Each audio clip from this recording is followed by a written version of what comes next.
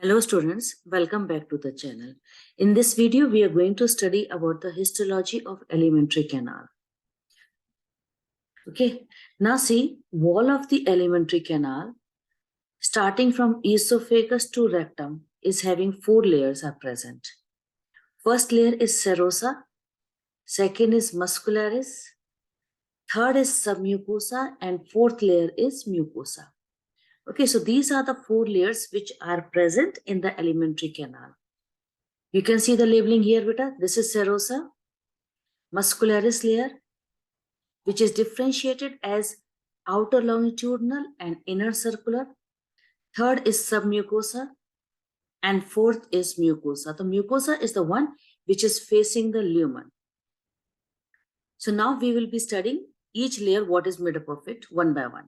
So see, this is serosa. Clear? Now serosa is outermost layer and is made up of thin mesothelium. Please focus, mesothelium.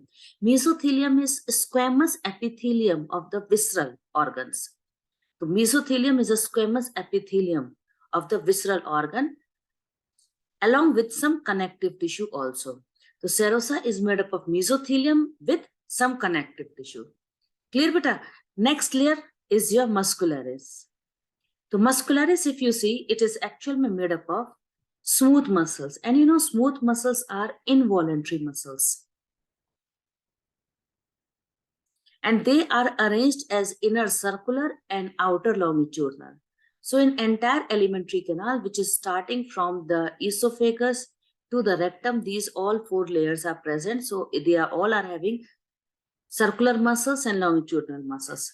But please focus, and oblique muscles are present in some region.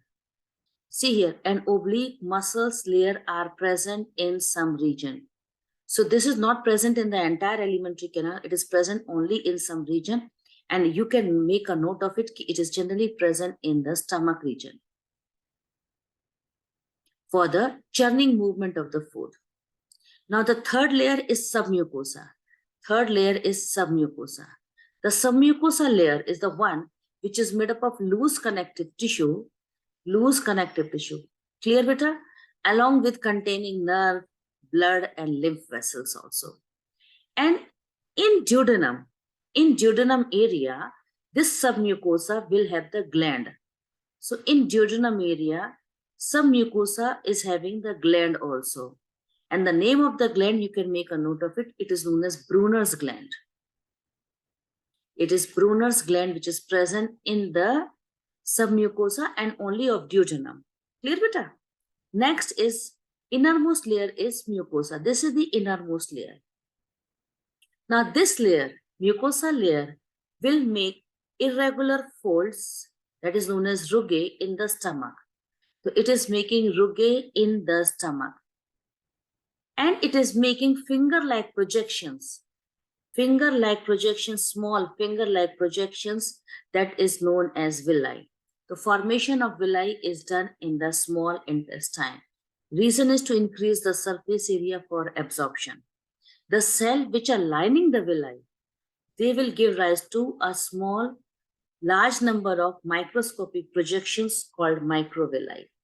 So they are giving projections called microvilli, and microvilli are the one which give brush-bordered appearance. So please focus, beta. Villi present in the small intestine, they are finger-like foldings. The cells which are lining the villi, they produce microscopic projections. The villi are folding and microvilli are only projections, giving a brush-bordered appearance. And purpose is to increase the surface area. All this modification is to increase the surface area. Villi are the one which are supplied with lot of blood capillaries. Network of capillaries will be there. And they will be having large lymph vessel also. And that large lymph vessel is known as lacteal. So they are containing large lymph vessel, and name of the large lymph vessel is known as lacteal. Please, I hope you are able to understand, beta. Please highlight that is known as lacteal. Clear, beta? Now mucosa, we are on mucosa only. Clear, but we are in the innermost layer mucosa. So mucosa epithelium will have goblet cells, and goblet cells, wherever we study, they secrete mucus. And mucus secretion is for the lubrication purpose. Mucosa will also make the gland. It is making the gland in the stomach, we will say gastric gland. It is making the crypt. Crypt is like a cavity in between the base of the villi. Okay, and you know villi is present in the intestine. So that crypt is known as crypt of Leberkuchen. So mucosa is making gastric gland in the stomach. It is making crypt of Leberkuchen in small intestine, and they are nothing. They are present in between the villi. And now see one thing better. This is, I've discussed the NCERT diagram there, and now you see this is also NCERT diagram. Try to understand. This is your villi. You can see villi. Okay, and you can see yellow color. Focus the yellow color. This is your lacteal. The lacteal is the large lymph vessel which is present, that is known as lacteal. And you can see red and blue color like a capillaries network. Red, you know, it is artery. Blue color is vein. You know logically also that arteries are oxygenated and veins deoxygenated. And you can see this is the crypt. Okay, beta, you can see this is the crypt area. I'll just use another color to highlight it so that it becomes easy for you to observe it carefully. You can see here, beta, see it carefully. This is crypt of Leberkuchen. This is crypt of Leberkuchen. So I hope so this much concept is clear to you. Beta, see, this is the diagram of the stomach, and you can see here in the diagram, in the innermost, you can see this folding is coming now. Check, beta, this is folding is coming. So what are these folding? These are known as rugae of mucosa. The mucosa is making rugae structure in stomach. Clear, beta? Now let me show you for intestine, small intestine. See this diagram for small intestine. First of all, understand it very slowly. Try to understand very slowly. See, small intestine purpose is to increase the surface area. So first of all, if you see, they are making the circular folds. This is one circular fold. You can see this is one circular fold. And in the circular fold, if you see, this is the mucosa is going. I'll use green color. Check, this is mucosa is going here. Mucosal epithelium is here, as well as the submucosa is also here. You can see the submucosa is coming and your mucosal epithelium are coming in circular fold. And in the circular fold, if you see now, in this is, let us assume, check this diagram beta, this is your villi. This is villi. Clear beta?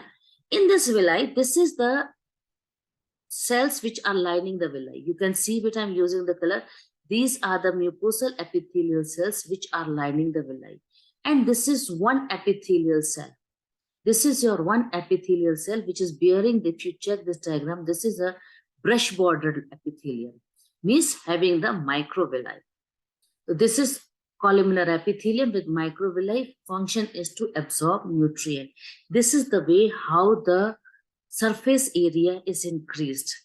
So what they are doing it, they are making the circular folds.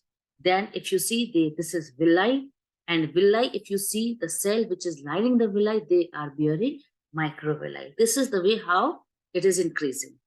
Clear, beta? Now let us see. See carefully, beta. This is the summary area. This is dividing the alimentary canal in the esophagus region, in the stomach region, duodenum and jejunum region. See carefully. Serosa, then is muscularis layer, then is submucosa and is mucosa. So what is serosa made up of? Serosa is made up of squamous epithelium, also known as mesothelium, with some connective tissue. Muscle, if you see, outermost longitudinal, inner is circular.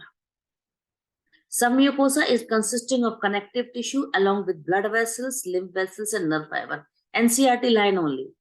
Mucosa, if you see, mucosa is also having muscularis, that is again longitudinal and outer longitudinal, inner circular. This is lamina propria, which is containing connective tissues. Okay, and epithelium. The mucosal epithelium is making gastric gland. See, they are making gastric gland in which region, beta? Stomach region. Is it clear? They are making gastric gland in stomach region, and they are making villi in the intestine region. You can see the villi formation. And when they are making the villi, you can see this is the crypt. So this is known as crypt of Leverkusen. Clear, beta? This is crypt of Leverkusen. You can see here. And I focused it, if you remember, I told you also while explaining that submucosa of duodenum will contain the Brunner's gland. Clear, but a submucosa will contain the Brunner's gland. They are pouring the secretion in the duodenum. Crypt of Leverkusen is also pouring the secretion in the duodenum as well as in the jejunum part. Now, if you remember, when we were studying, oblique muscles were present in some region. Now you please check oblique muscle is in which region? It is in the stomach region. So I think so all the topic what we covered is clear to you. Now let me show you the NCERT for 1 or 2 more points extra. See beta, you can see here, submucosal gland, Brunner's glands also help in the digestion. So it means submucosal gland, Brunner's glands are present in which region? They are present in the duodenum. Clear beta? Now one more thing I have to just highlight it to explain you why I have to explain one concept like nerves are present. See here beta, on this page, come here. Muscular activity of different parts of alimentary canal is controlled, moderated by neural mechanisms, both local and through CNS. This word, it means there is local neural mechanism. There is local neural mechanism. This is important for this. You should understand this diagram. Now let us come back here beta. See, this is a orobranchial plexus. This plexus, if you check the diagram, it is present between the two muscles. Which two muscles? Longitudinal muscles and circular muscles. And this plexus is present in the entire alimentary canal. It is a branch of the sympathetic and parasympathetic nerve fiber. Here it is present. And it is responsible for controlling peristalsis. Its work is to control peristalsis. So it controls peristalsis. Because of the NCERT, the point is there. That is why I'm highlighting it, beta. Clear, beta? Next, if you see beta, this is the branches of sympathetic and parasympathetic nerve fiber, Meissner plexus, which is present at the base of submucosa. What it is responsible for? It controls secretion. It controls secretion. So this is the NCERT only. I'm teaching NCERT line only. My main aim is to prepare you for your competitive exam. So according to the NCERT line, the word is given in the NCERT, which we have to understand properly. Clear, beta? So two type of plexus are there, orobranchial plexus and Meissner plexus. My learning is when you move from outside to first, obviously orobranchial means first you have to remember A, then is Meissner plexus.